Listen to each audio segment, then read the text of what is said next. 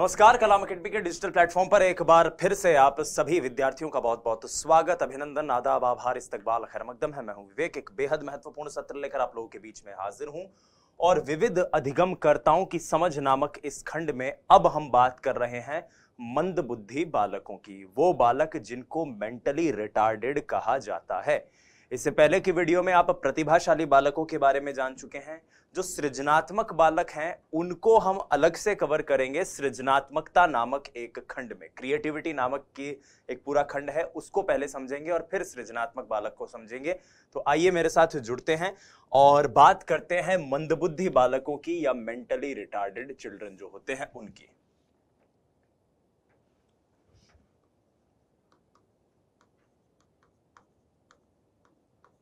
मंदबुद्धि बालक जिनको कहा जाता है मेंटली रिटार्डेड।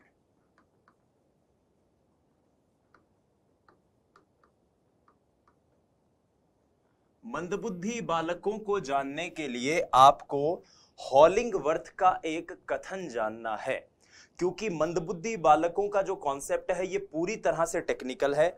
हॉलिंगवर्थ कहते हैं कि मंदबुद्धि बालक वो होते हैं जिनकी औसत बुद्धि लब्धि यानी जिनका एवरेज इंटेलिजेंस कोशेंट जो है वो 70 से कम हो। बस इतनी सी बात आपको याद रखनी है कि किसी भी व्यक्ति का जो आईक्यू होता है वो 0 से लेकर और आगे तक चलता है, लेकिन अगर किसी व्यक्ति का आईक्यू 70 से कम हो तो ऐसे बच्चों को या ऐसे व्यक्ति को मंद बुद्धि की श्रेणी में रखा जाता है। तो हॉलिंगवर्थ का यह कथन देखते हैं सबसे पहले।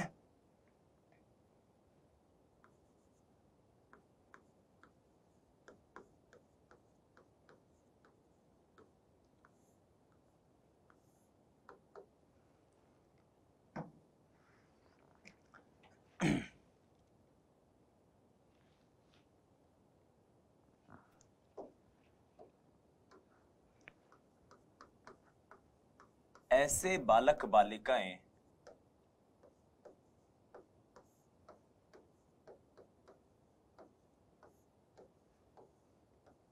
जिनकी मौलिक बुद्धि लब्धि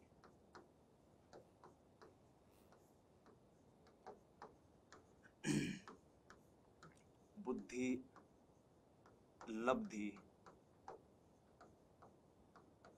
70 से कम हो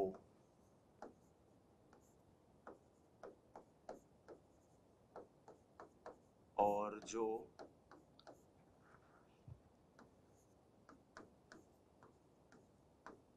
बौद्धिक रूप से कमजोर बालकों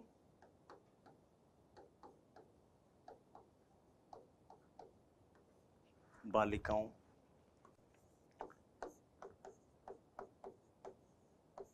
की श्रेणी में आते हो। ठीक है, वो बालक बालिकाएं जिनकी बुद्धि लब्धि 70 से कम हो उनको मेंटली रिटार्डेड कहा जाएगा।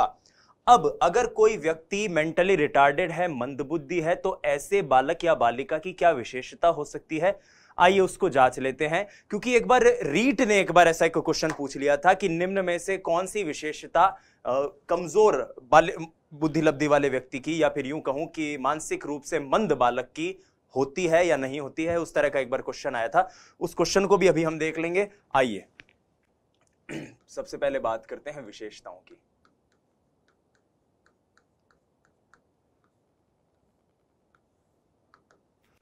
विशेषताएं, तो पहली विशेषता जो इसमें मिलती है वो ये है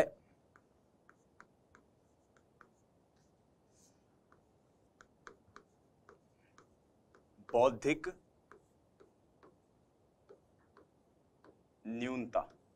बौद्धिक रूप से ऐसे बच्चे कमजोर होंगे। दूसरी विशेषता हीन व्यक्तित्व। ऐसे जो बालक बालिकाएं होते हैं उनमें हीन भावना होती है। तीसरी विशेषता शैक्षिक रूप से पिछड़ापन। क्योंकि ऐसे बालक बालिकाएं उनका आईक्यू कमजोर होगा, तो एजुकेशन के पॉइंट ऑफ व्यू से, शैक्षिक पॉइंट ऑफ व्यू से, शैक्षिक दृष्टिकोण से ऐसे जो बच्चे हैं वो सामान्य बच्चे बच्चियों से पीछे रहते हैं, निष्पादन उनका कमजोर होता है। फिर आगे बात करते हैं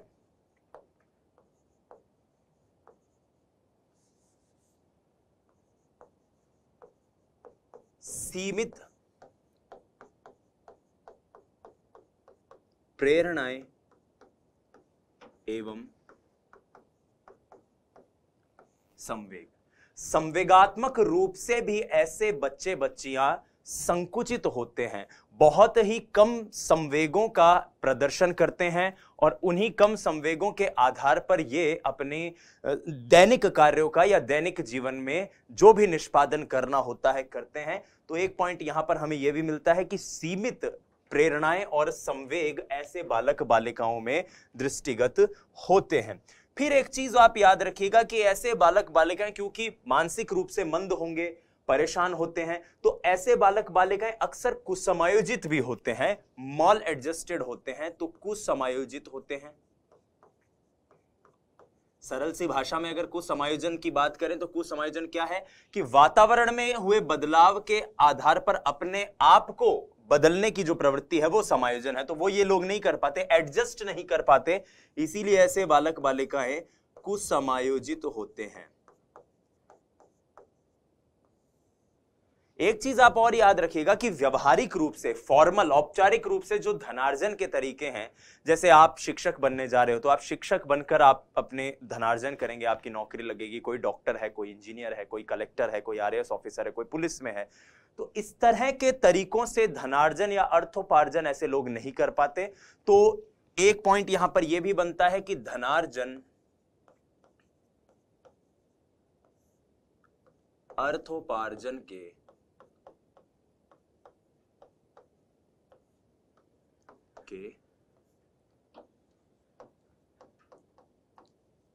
अयोग्य, ये लोग धनार्जन या अर्थोपार्जन के अयोग्य होते हैं। एक पॉइंट है कि इन लोगों के अंदर शारीरिक अनियमितता होती है, यानी शारीरिक रूप से कई विकार, कई विकृतियां इनके अंदर देखने को मिलती है, और मानसिक संक्रियाएं जो होती हैं वो भी ऐसे लोगों की असंतुलित होती हैं। तो ये दो पॉइंट अपने यहां पर और बन जाते हैं। पहला, अनियंत्रित नियंत्रित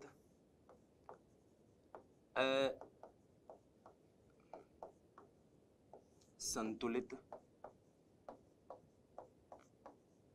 मानसिक क्रियाएं, और अंतिम पॉइंट है शारीरिक अनियमित, शारीरिक अनियमितता भी इन लोगों के अंदर दृष्टिगत होती है। तो ये कुछ विशेषताएं हैं जो खास तौर पर एक मानसिक रूप से मंद, एक मंदबुद्धि बालक में या बालिका में दिखाई देती हैं। अब मंदबुद्धि बालक बालिका की अगर मैं आप लोगों के बीच में प्रिय साथियों बात कर रहा हूं, तो यहां पर एक और चीज है जो आपको जाननी चाहिए, और वो इंपॉर्टेंट बात यह है कि मंदबुद्धि बालकों के बारे में आपको एक महत्वपूर्ण फैक्टर जिससे परीक्षा में प्रश्न आता है वो ये कि 70 से कम किस रेंज में एक बच्चे की मंदबुद्धि का स्तर होगा, ये तो हमने पढ़ लिया। लेकिन जो मंदबुद्धि बच्चे या बच्चियां होते हैं उसमें से कौन से बच्चे तो पढ़ने योग्य हो सकते हैं, कौन से प्रशिक्षण योग्य हो सकते हैं, कौन ऐसे हैं जिनका ना तो प्रशिक्षण दिया जा सकता है और ना ही जिन्हें शिक्षण दिया जा सकता है। तो इसको लेकर अमेरिकन साइकोलॉजी एसोसिएशन एक टेबल बनाती है और मानसिक मंदता के स्तर तय करती है। आगे हम उसी को समझेंगे और वही टेबल आपको आपके नोट्स में भी मिल जाएगी। तो अब आइए हम बात करते हैं अमेरिकन साइकोलॉजी एसोसिएशन के अनुसार मंदता या मंद बुद्धि जो है, मेंटल रिटार्डेशन जो है, उसका वर्गीकरण कैसे हुआ है। आइए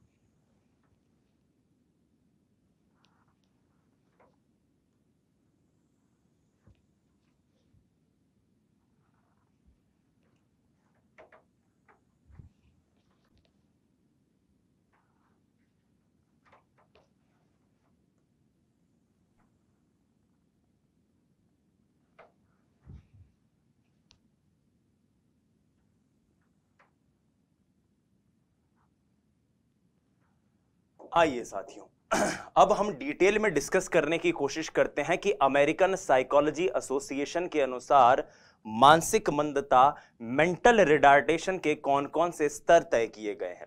ये तो आपको पता है कि 70 से कम बुद्धिलब्धि के जो लोग होते हैं उन्हें मानसिक रूप से मंद कहा जाता है।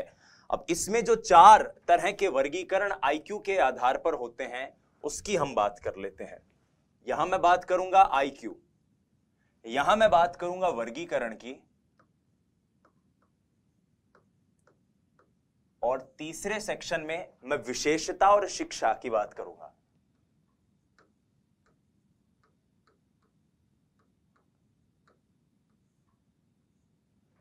ठीक है, तो बात करते हैं सबसे पहले 20 से कम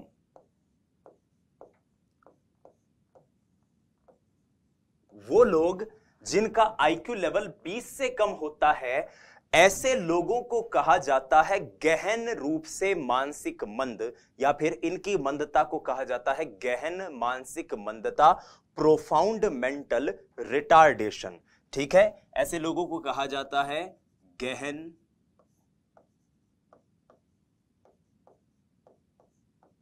मानसिक मंदता, प्रोफाउंड मेंटल रिटार्डेशन।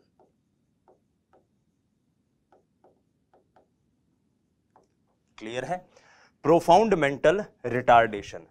ऐसे लोग जो होते हैं ये प्रायः अल्पायु होते हैं, ये बात आप याद रखिएगा। अल्पायु यानी बहुत कम दिनों तक जीवित रह पाते हैं। क्यों अल्पायु होते हैं? क्योंकि आईक्यू इतना कम होता है और इसके कारण बहुत से शारीरिक, मानसिक, स्नायु तंत्र के विकार इनमें होते हैं, जैसे मूक बधिर होना, जैसे बोलने में समस्या, सुनने में समस्या। तो मूक बधिर हो सकते हैं ऐसे लोग, मूक बधिर,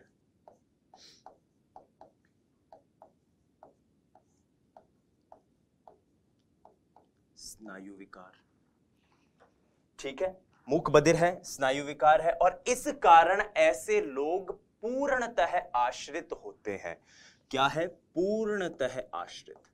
ये अपने माता पिता पर या फिर अपने परिवारजनों पर जितने भी दिन जीवित रहते हैं पूर्णतः आश्रित होते हैं उन पर।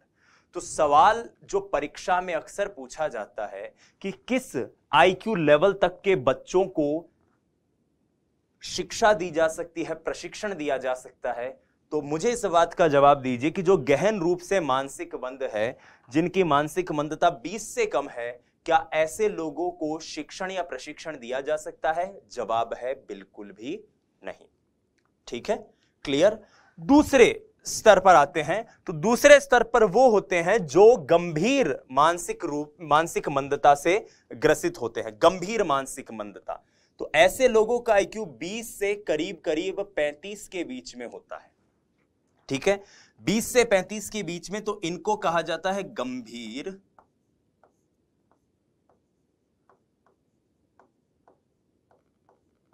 मानसिक मंद। ठीक है, मंदता, गंभीर मानसिक मंदता। ऐसे लोग गंभीर रूप से मानसिक मंदता से ग्रसित होते हैं, और इनकी जो मंदता है उसके लिए अंग्रेजी में शब्द है सीवियर मेंटल रिटार्डेशन।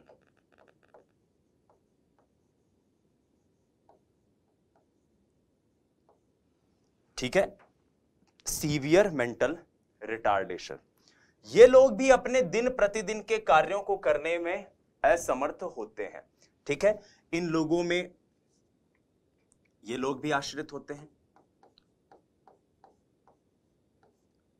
दिन प्रतिदिन के कार्य करने में असमर्थ होते हैं। इनमें ज्ञानात्मक दोष,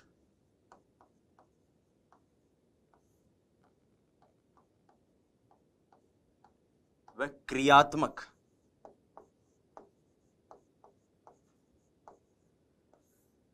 विसंगति या विकार पाए जाते हैं। क्रियात्मक दोष, विसंगति या विकार पाए जाते हैं।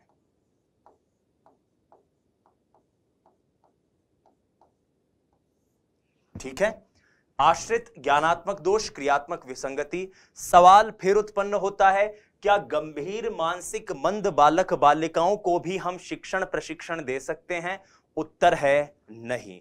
ऐसे बालक बालिकाओं को भी ना तो शिक्षित किया जा सकता है ना ही प्रशिक्षित किया जा सकता है, क्योंकि ये भी आश्रित होते हैं। इसके बाद आती है मॉडरेट मेंटल रिटार्डेशन, औसत मानसिक मंदता। मॉडरेट मेंटल रिटार्डेशन, उनकी बात करते हैं। इन लोगों का जो आईक्यू लेवल है साथियों, ये 35 से लेकर 50 के बीच में होता है। अब यहां पर मैं आपको एक बात स्पष्ट कर दूं, अमेरिकन साइकोलॉजी एसोसिएशन ने जो यहां पर बताया है, जहां पर जो सेक्शन बताया है, वो बताया है 35 से लेकर 52 तक का, और इसके बाद वाला जो बताया है वो बताया है 52 से लेकर 67 तक का। लेकिन हम अपनी परीक्षा के दृष्टिकोण से सहूलियत के लिए इसको 35 से 50 मान लेते हैं और इसको 50 से 70 मान लेते हैं। ठीक है, कहीं अगर किसी पुस्तक में आप ये पढ़ें तो कंफ्यूज मत होना, क्योंकि अमेरिकन साइकोलॉजी एसोसिएशन, जैसा कि मैंने आपको बताया, उनकी जो ऑथेंटिक वेबसाइट पर जो डेटा उन्होंने दिया हुआ है वो ये है, और इस प्रमाणित डेटा का उपयोग आप परीक्षा में उत्तर देते वक्त भी अगर करते हैं तो पूरी पूरी संभावना है कि आपके प्रश्न का उत्तर किसी भी चांस में गलत नहीं होगा। आइए 35 से 50 वाली बात करते हैं, जो औसत रूप से मानसिक रूप से दुर्बल होते हैं। ठीक है,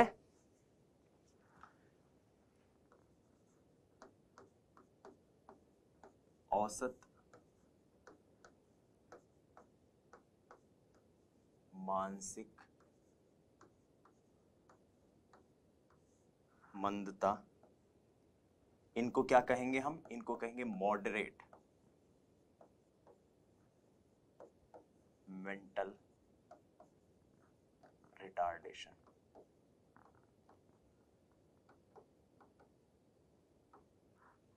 ऐसे लोगों में कुछ शारीरिक अनियमितता मिलती है देखने को, शारीरिक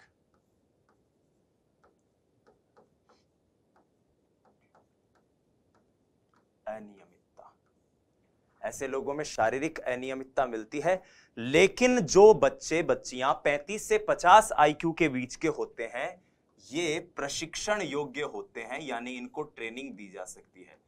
किसी भी तरह का प्रशिक्षण, कोई हस्तशिल्प का या कुछ भी इस तरह का प्रशिक्षण दिया जाए तो प्रशिक्षण योग्य जो होते हैं वो 35 से 50 वाले होते हैं। ये बात आप याद रखिएगा। 35 से कम वालों को ना शिक्षित किया जा सकता है ना ही प्रशिक्षित किया जा सकता है।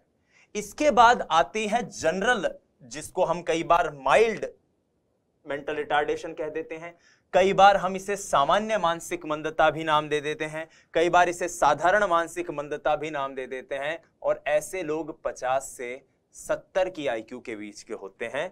ठीक है, इन्हें कहा जाता है साधारण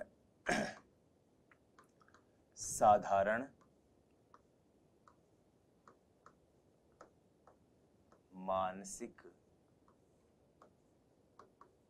मंदता, माइल्ड। कई किताबों में आपको जनरल लिखा हुआ मिलेगा, कंफ्यूज नहीं होना है, एक ही बात है।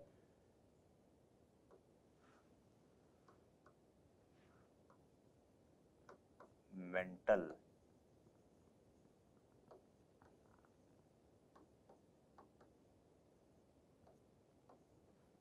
रिटार्डेशन, माइल्ड मेंटल रिटार्डेशन, साधारण मानसिक मंदता।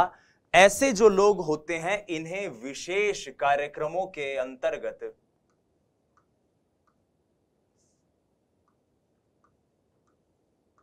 विशेष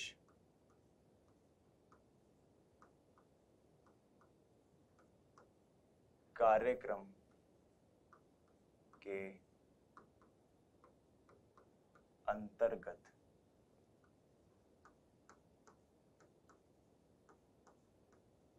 शिक्षित किया जा सकता है। विशेष प्रावधान इनके लिए आप कर सकते हैं।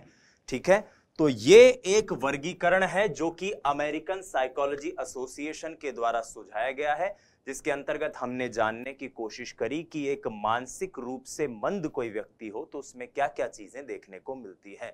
20 से कम गहन मानसिक मंदता, 20 से 35 गंभीर मानसिक मंदता, 35 से 50 औसत और 50 से 70 के बीच में साधारण।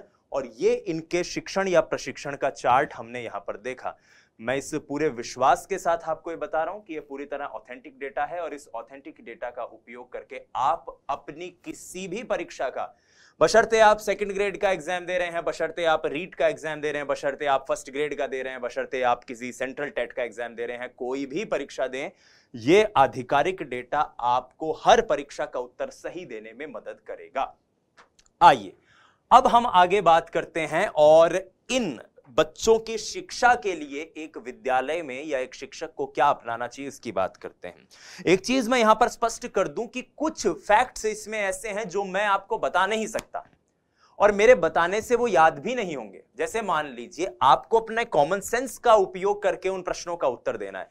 सवाल आपसे मान लो सीधे सीधे पूछा जाए कि एक मानसिक रूप से मंद बालक की शिक्षा के लिए शिक्षक को क्या करना चाहिए या क्या नहीं करना चाहिए, तो व्यक्तिगत ध्यान देना चाहिए, विद्यालय को एक सौहार्द से भरा माहौल बनाना चाहिए, पाठ्यक्रम को बहुत अच्छे से समझाना चाहिए, बच्चे को स्वाध्याय के लिए छोड़ देना चाहिए। तो आपका कॉमन सेंस अपने आप दे देगा ना जवाब, रटने की जरूरत नहीं पड़ेगी। यह बात याद रखिएगा कि यहां पर हम चाहे पिछड़े बालकों की बात करें, चाहे वंचित बालकों की बात करें, चाहे अपराधी बालकों की बात करें, कुछ चीजें आपको अपने कॉमन सेंस से सोचनी होगी और उसी के आधार पर आपको उसका जवाब देना होगा, तब आपको और बेहतर ढंग से चीजों का हल करने में मदद मिलेगी। आइए अब मानसिक रूप से मंद बालकों की शिक्षा के लिए क्या प्रावधान होने चाहिए उस बिंदु पर बात कर लेते हैं।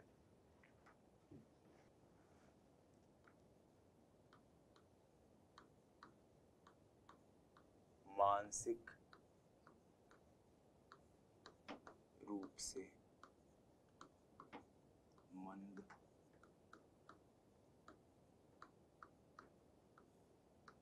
बालकों की शिक्षा। तो एक चीज तो स्पष्ट है, क्या आप किसी मानसिक रूप से मंद बच्चे के साथ ये एक्सपेक्ट कर सकते हैं कि वो बच्चा कोई दिन आरएएस की तैयारी कर लेगा, कोई दिन आईएएस की तैयारी कर लेगा? नहीं। तो जो हमारी औपचारिक शिक्षण पद्धति है वो ऐसे बच्चों की शिक्षा के लिए उपयोगी नहीं है। पहली बात तो आप ये याद रखिएगा, मानसिक रूप से मंद बच्चों को कक्षाएं उत्तीर्ण करवा देना, फिर उनकी ग्रेजुएशन करवा देना, या ये सारी चीजें नहीं हो सकती। उनके लिए बहुत अलग शिक्षण का प्रावधान होना चाहिए। हालांकि समावेशी शिक्षा जो है, इंक्लूसिव एजुकेशन जो है, वो इस बात की पुष्टि करती है कि एक मानसिक रूप से मंद बच्चे को भी अधिकार है किसी सामान्य बच्चे की तरह किसी भी विद्यालय में पढ़ने का। शिक्षा का अधिकार भी इसी की बात करता है, लेकिन कुछ विशेषताएं हैं, कुछ इंपॉर्टेंट चीजें हैं, मुख्य बिंदु है जो ऐसे बच्चों की शिक्षा में एक शिक्षक को ध्यान में रखने चाहिए। तो सबसे पहली चीज जो इंपॉर्टेंट है वो ये कि इनको इनकी शिक्षा के जरिए आत्मनिर्भर व जिम्मेदार नागरिक बनाने पर बात करनी चाहिए। जिम्मेदार नागरिक, एक आत्मनिर्भर नागरिक के रूप में, एक जिम्मेदार नागरिक के रूप में ये लोग आगे आए, ऐसा प्रावधान इनकी शिक्षा में होना चाहिए। दूसरी चीज, हस्तशिल्प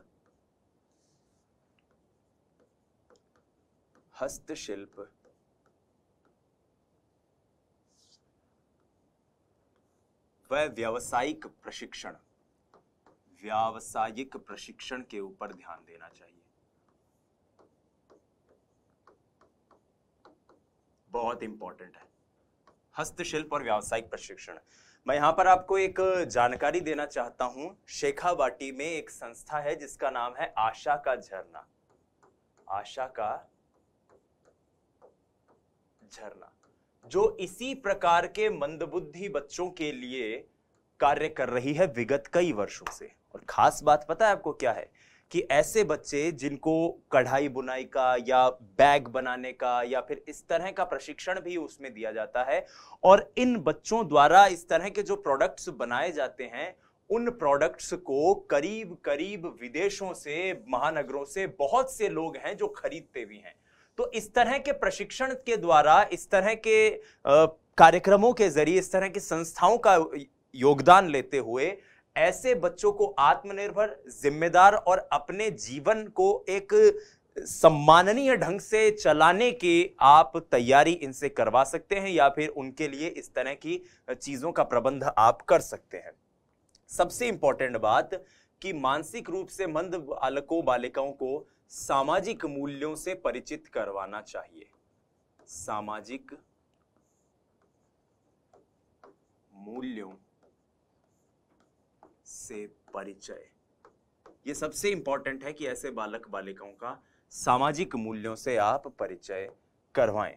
फिर इनकी शिक्षा, अगर इनको विद्यालयी शिक्षा दी जा रही है तो ये एक विद्यालय का और उसके शिक्षक का उत्तरदायित्व भी है कि वो व्यक्तिगत शिक्षा पर बल दे, व्यक्तिगत ध्यान दे, व्यक्तिगत शिक्षा,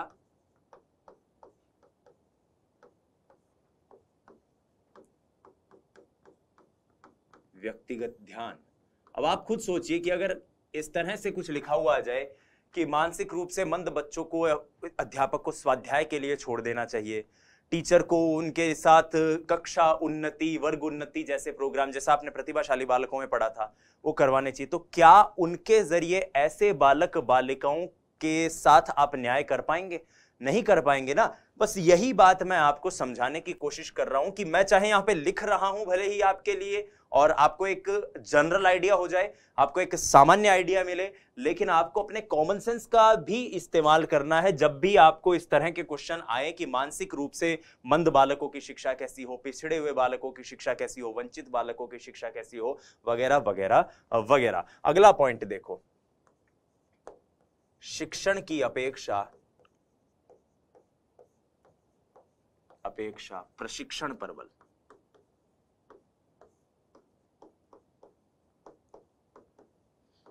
प्रशिक्षण पर बल। एक पॉइंट और यहां पर बनता है, वो ये स्वतंत्र अभिव्यक्ति के अवसर। स्वतंत्र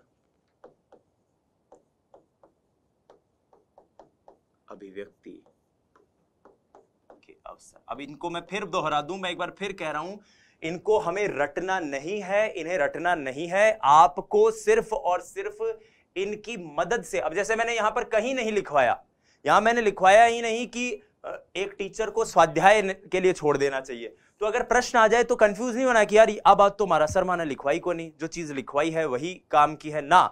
आपको आप भी टीचर बनने जा रहे हो, अपने आप को उस जगह पे रख के ऐसे प्रश्नों का उत्तर देने की कोशिश करनी है। आपको अगर कहा जाए कि आप एक टीचर हो, आपकी कक्षा में कम आईक्यू वाला बच्चा बैठा है, अब आप उसके साथ क्या करोगे और क्या नहीं, जरूरी नहीं है यहां पर लिखी हुई चीजें आपको वहां मिल जाएं, इसके अलावा भी कुछ मिले तो आपको उस सवाल का जवाब देना है।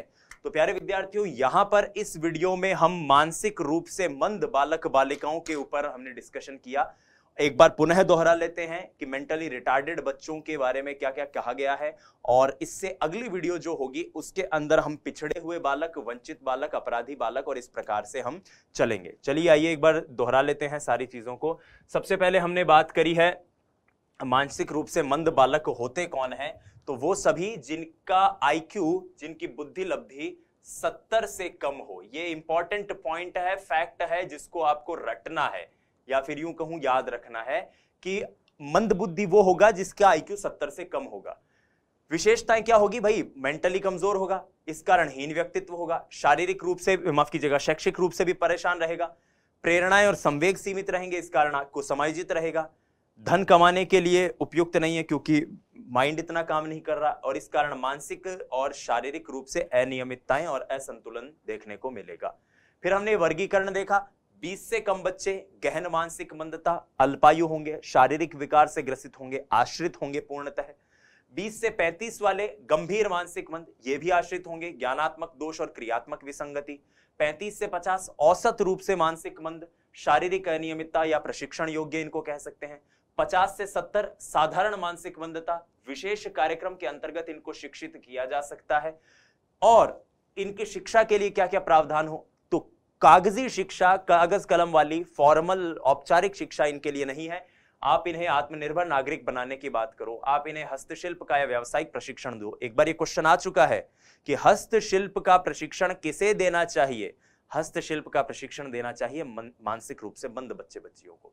सामाजिक मूल्य से इनका परिचय करवाइए। व्यक्तिगत शिक्षा, व्यक्तिगत ध्यान, विद्यालय को चाहिए कि वो उस बच्चे को कुसमायोजित ना होने दे, उसमें हीन भावना ना आने दे। शिक्षण की अपेक्षा प्रशिक्षण पर बल, स्वतंत्र अभिव्यक्ति के उन्हें अवसर मिलने चाहिए। बहुत बहुत धन्यवाद। जय हिंद, वंदे मातरम। स्वस्थ रहिए, मस्त रहिए, अपनी तैयारी में व्यस्त रहिए। नमस्कार।